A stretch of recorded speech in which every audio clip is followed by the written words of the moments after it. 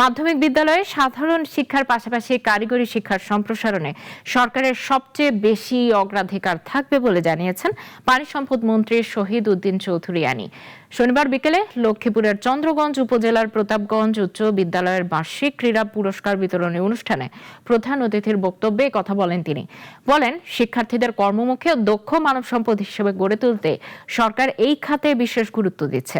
শিক্ষার্থীদের ভালো ফলাফল নিশ্চিতে পরীক্ষামূলকভাবে প্রাথমিক বিদ্যালয়ে মিড ডে মিল কর্মসূচি চালু করা হয়েছে বলেও জানান তিনি।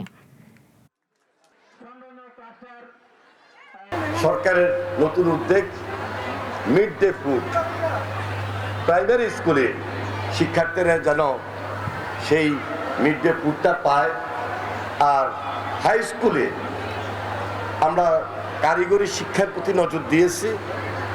জেনারেলি পড়ালেখার পাশাপাশি কারিগরি শিক্ষার প্রতি আমাদের থাকবে সবচেয়ে বেশি প্রায়োরিটি।